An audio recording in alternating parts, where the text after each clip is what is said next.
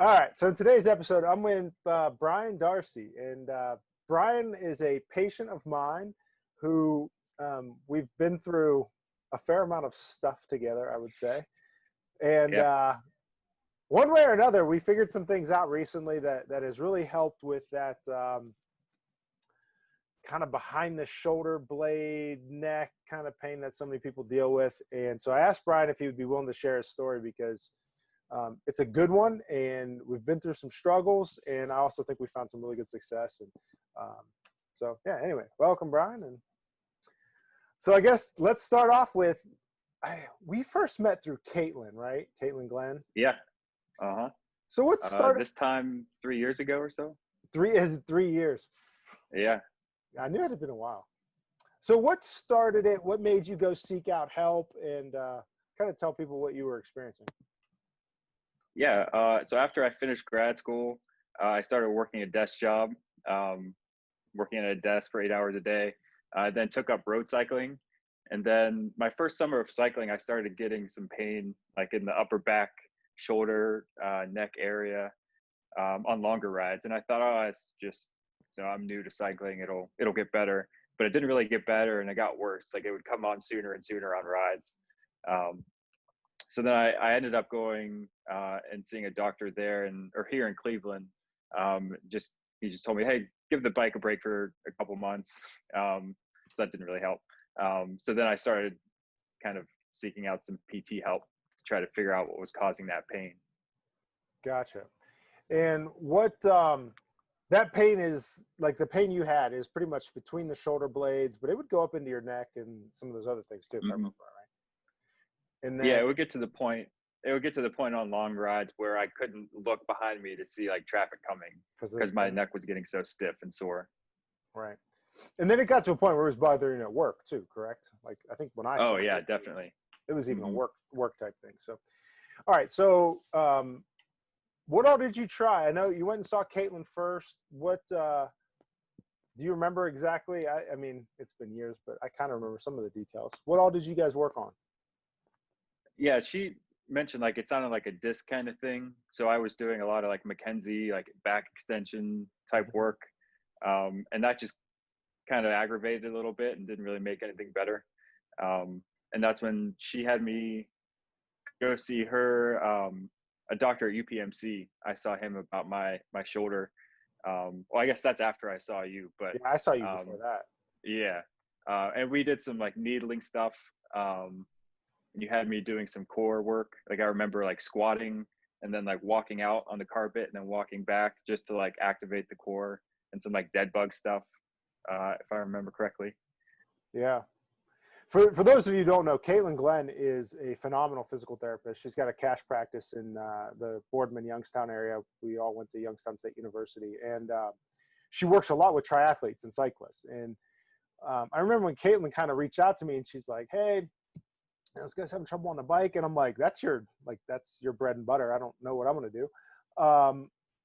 And it sounds so straightforward. Like when we talked, you know, Caitlin, I remember Caitlin had done a lot of the stuff that you'd be like, yeah. And then I thought, well, I'm just going to do some needles. And you lived by me. That was the real reason for the referral, because I was up in Solon and you were closer.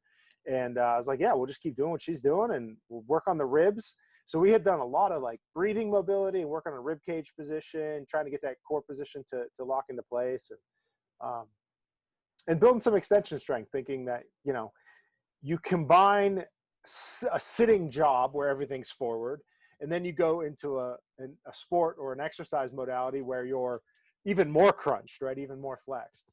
So let's go the other way and let's see what happens. And I remember getting like, we would get some relief from periods, like little periods of time, but I feel like we never really got it. Like it was never like, okay, boom, we got it. This is good. He's going to be fine. So that ended up leading you to UPMC, right? Mm-hmm. And yeah. What's the imaging? I mean, there was an imaging kind of like cascade of things. Share that for a little.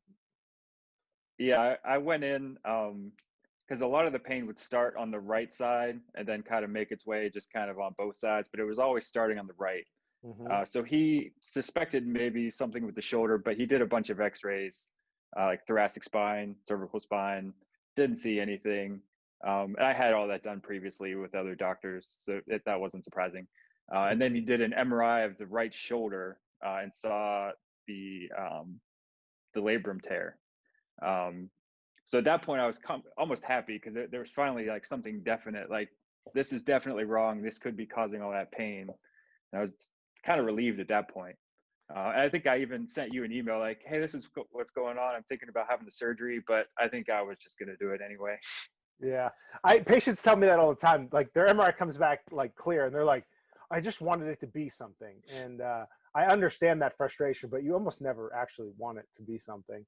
And I remember when you sent me that email and it was like shoulder MRI, and I'm like, this has got to be a rib thing. Like, in my head, it's like, it's a thoracic rib thing. It just got to be. And I remember seeing you sent the MRI, and I was like, did I miss that? Like, how is the labrum giving him that pain? But there was also some shoulder stuff going on, like on like a kind of a layer of it, right? So when was surgery? So you ended up having the surgery. They did a labral repair. When was that? That was July of 2018. July of 2018. Mm-hmm. Did your rehab? Shoulder surgery is pretty successful, right? I mean, everything went pretty smooth. Yeah. Mm-hmm. Yeah, I remember I was in a sling for 6 weeks, and that was pretty bad, sleeping in a recliner. But other than that, afterwards, the rehab seemed to go pretty quick, just being able to use it again. And that seemed pretty smooth. And then I remember going on my first bike ride after that, and I just got kind of the same pain, like across like the back of the shoulder. So that was kind of frustrating. So that's kind of then when I started, I think I went back to you at some point after that. And I think Caitlin helped a little bit with like some extra like shoulder work, thinking like, oh, maybe it's just going to take a little more rehab. But it got to the point then when I was riding a little bit more than I had been, but I was still getting kind of general discomfort in the upper back. The worst of the right sided shoulder pain kind of went away. So I think there was something to the labrum repair, but there was definitely something else going on. Yeah, I wonder if that was some kind of driver for the other postural stuff that you were getting. Yeah. I'm kind of wishing we had Caitlin on this Zoom call right now, actually. It'd be interesting. We'll have to have her edit this later, but it'd be interesting to hear where she was at with it too. Because her and I had several conversations and kind of both going like why isn't this thing gone yet? So yeah, you came back recently, and I should have looked at the dates here, but when we reconnect here recently? It would have been end of July. I was asking your opinion. COVID. Yeah, I remember here recently I'd been getting like the facet blocks done. Why did you go down that road? I remember I saw another doctor in Cleveland, and I remember or actually before that, the surgeon at UPMC, I remember going back to see him and saying, look, I'm still feeling kind of terrible on my bike. Like, is there something else going on? And they did another MRI of the cervical spine. And he was like, yeah, there's some flattening of the disc here. That's probably what's causing it. And like, he sent me off to a colleague of his, and his colleague did an epidural of the cervical spine. That helped a little bit, but not too much. And that's when he referred me to somebody in Cleveland. And that's when they did the facet blocks. And those helped a little bit. But what was weird was that it was mostly like the thoracic spine part that helped. When it was like neck pain that I was getting a lot more. Because they had done facet blocks, cervical and thoracic, correct? Neck and mid-back.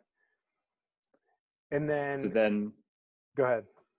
So then the thoracic ones were working the best, although it wasn't like perfect. And then they wanted to do the ablation, so like the whole like nerve burn thing. Right. So that's why I reached out to you to be like, hey, what do you think of this? You were asking me about the ablations, and you were also getting more rib pain from what I remember, like almost like a more specific kind of wrapping rib pain at that time as well. So yeah, so then we reconnect. You saw Austin, I believe, too, right? For that rib thing. Hmm. Yep. Um, and some of that rib stuff was pretty classic. Do some needles, some cups, and kind of crack it, and that specific pain went away. But I think that also led us down this road of looking at some of the scapular muscles and going, okay, what's happening that these ribs keep getting funky? And Hmm. we start looking at lat tightness and activating the serratus. Um, and I feel like that's when things started to really turn a corner for us, is kind of focusing on those Hmm. postural muscles. Are there certain, what is your opinion on that? Like, what do you think turned the corner? That's kind of what I thought it was, but is that consistent with what you think? And what Hmm. helped you kind of get over that next step? Yeah, definitely that like serratus and lat stuff. Um, for over the past, well, I guess over the summer, I had been riding a little more than I was, but it still was kind of iffy past like 2 hours or so. And then we started doing like the lat stretches and like rolling that area with like the foam roller, like the little like foam ball, stuff like that. And that really helped me kind of get past that 2 hour mark and start getting into some longer rides. Even I did my first 100-mile ride this summer after that. And that's when I was like, okay, this seems to be helping quite a bit. Yeah.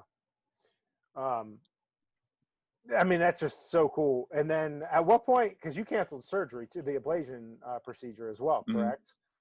What, Yeah, because I had him what's delay your, it at first just to see like what would happen. And then when I saw that it was helping quite a bit, I just went ahead and canceled. what changed your mind there? Like, what was your thought process as far as whether you wanted to do the ablation or not do the ablation? And how did you go through that?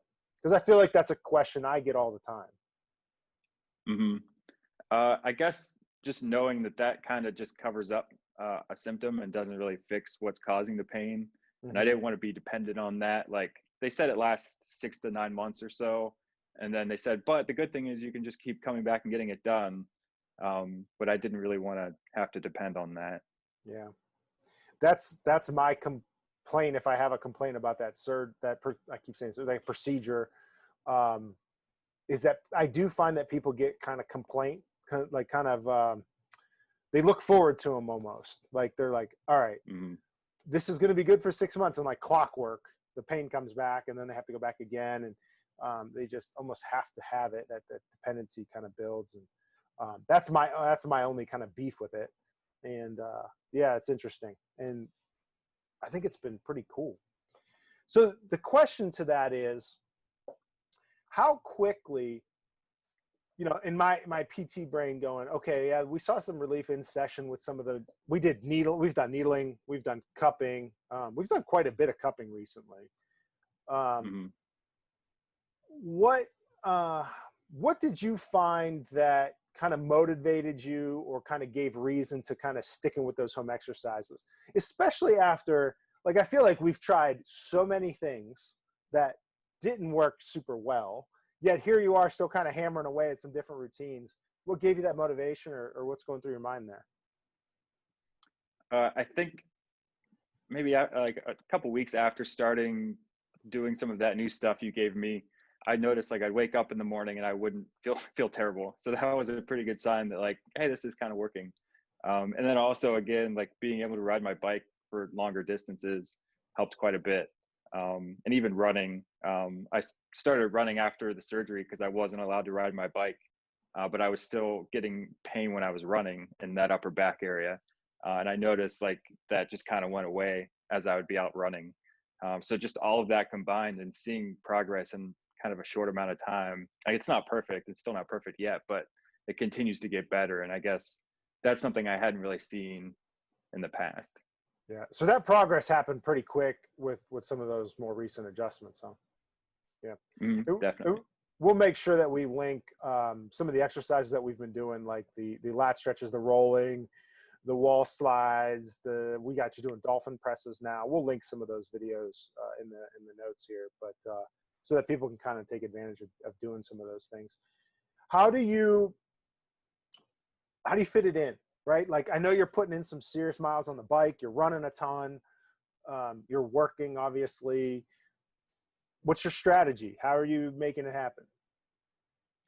Right now, especially working from home, it's pretty convenient that, at lunchtime I have my foam roller and all the stuff I need just right here in the living room, and I can get some of those exercises done. Um, Even if I don't get to them at lunchtime, because sometimes I'll go out and run at lunch, just set aside an hour after dinner and get them done. Throw on a podcast to listen to or something, and just get them done. It becomes kind of a habit after a while. Yeah. So we did a presentation talking about like exercises and habits, and it like people have actually researched that loop of when you start becoming an exerciser, it helps you make better decisions, and it's easier to stay in an exercising role. When you're not exercising, it's easier to just kind of get out of that habit. And I think if you've been there, you kind of recognize that. But the research behind that cognition link from exercise and kind of recognizing how much it's helpful is kind of cool. And in addition to getting out of pain, like you've gotten yourself, like you've dropped some weight, you've gotten in some serious Mm-hmm. fitness shape through this whole course. Like you've stayed very, very active. What's the, again, people in that same position, what's the motivating factor, or how were you able to kind of accomplish that? Even though you're dealing with this annoyingly pain kind of thing and going through different surgeries and everything else, like you've still managed to make some pretty incredible fitness progress. Yeah, I think after the surgery, that was kind of tough because there was a period where I just couldn't do anything. But after that, like I said, like after the surgery, it was a little bit better, but still not perfect. And And you're just trying to talking push through the some of that. labrum repair, correct? Yeah. Sorry. Um, and so I would just do what I could, get out and ride and run. And I tried to clean up some of my eating. I realized like after I got out on my own, I was just trying to kind of eating the same stuff over and over again. That wasn't exactly the healthiest. And all that combined, I guess like seeing the weight drop again, like you see the results and then it kind of keeps you in that loop. The same with like the PT exercises. Interesting. Yeah, that's cool. Did you do anything crazy food wise? People are always asking. Not really. I started eating a lot of fish, and like fresh fish, because like if you buy like the frozen salmon, it's not very good. And I never wanted to spend the money on like the fresh fish. But I started realizing like, yeah, it's expensive, but it's probably a lot better for me. So I started buying a lot of fresh fish, and just like microwave vegetables. Where do you get fresh fish in Cleveland? The West Side Market has really good fish. Oh, yeah. Like there's a stand called like I think Kate's Fishery or something like that, and they have like wild caught king salmon, which I wouldn't get that often because it's like $25 a pound. That's pricey. Yeah, it's good. Yeah. Now we're gonna get you out there, catch some steelhead, and get in the rivers, catch your own fish. Yeah, I've never been fishing, but it sounds relaxing, I guess, from what you've told me. I don't know if I'd call it relaxing. It stresses me out some days, but no, it doesn't stress me out. But like to me, it's a discipline and focus. Like you got to be thinking about stuff and making decisions and figuring out how to catch fish. But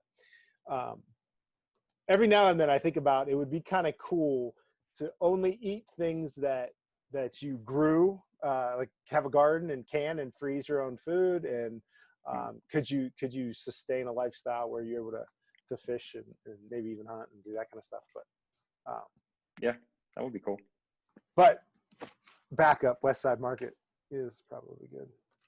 There was a fish place in Twinsburg that was really good, and it went out of business because it's expensive, especially if you do the wild caught kind of stuff. It definitely gets pricey.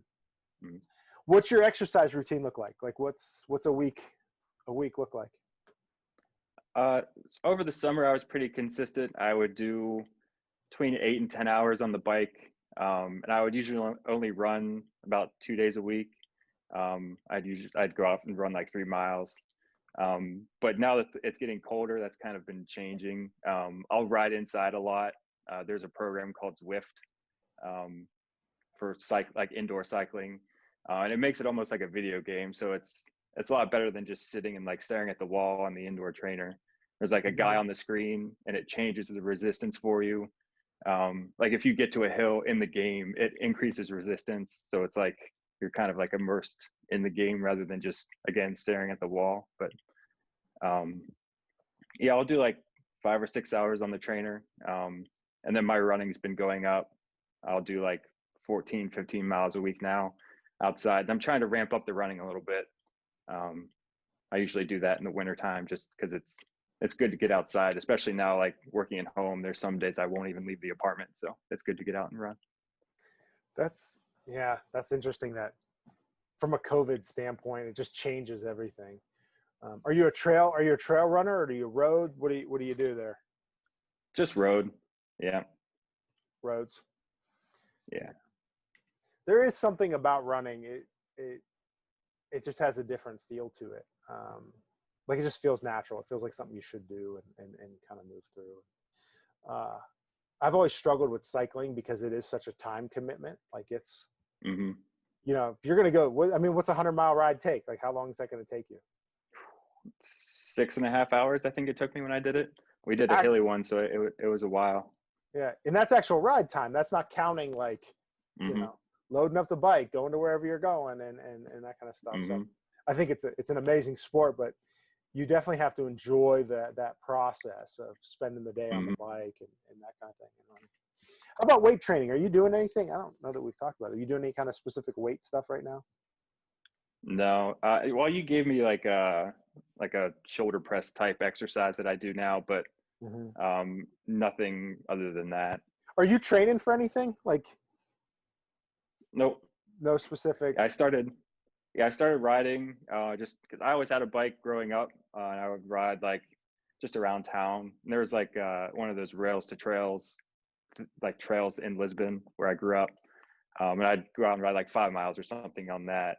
And then after grad school, I had a bunch more time on my hands, so I was like, oh, get a new bike, and then ended up I got like just a flat bar road bike. And then eventually went out and bought like a road bike with like drop handlebars and everything, and that snowballs. And how many bikes? It adds up. How many bikes do you own now? Right now 3. I'm because I just bought a new bike in September. I'm trying to sell one, but yeah, I have my nice like carbon outdoor summer bike, and then I have kind of a beater bike that I ride when it gets cold out. Yeah.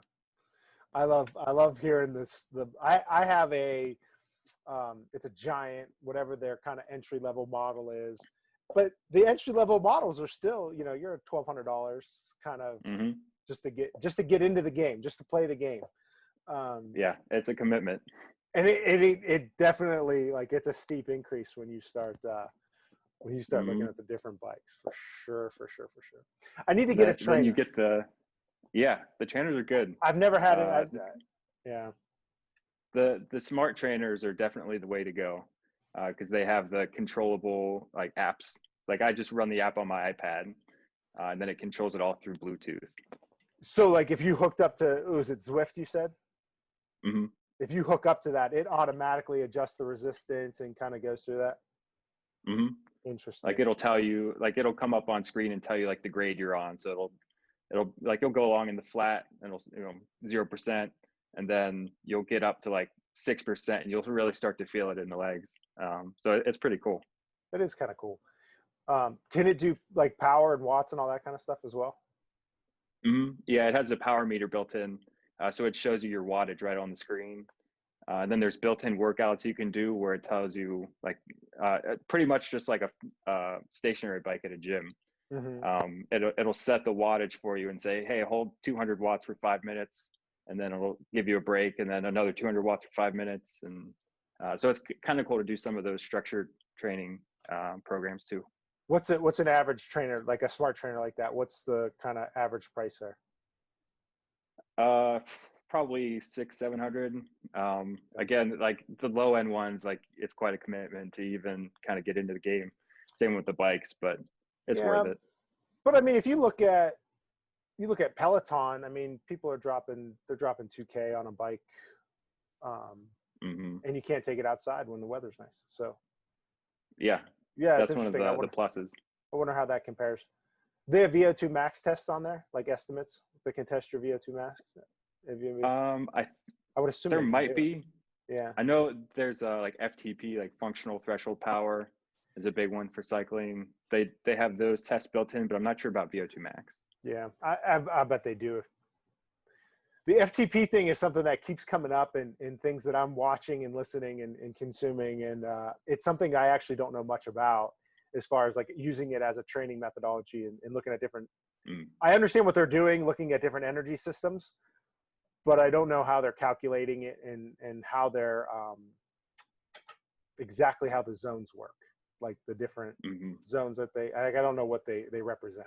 I just know that they're targeting different energy systems, but it makes, I mean, it makes a lot of sense, and it gives you something to focus on, which is always pretty cool. hmm So yeah, that's pretty awesome.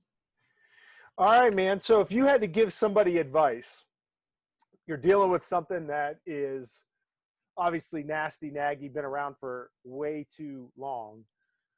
What's your advice? Like, what would you say to somebody?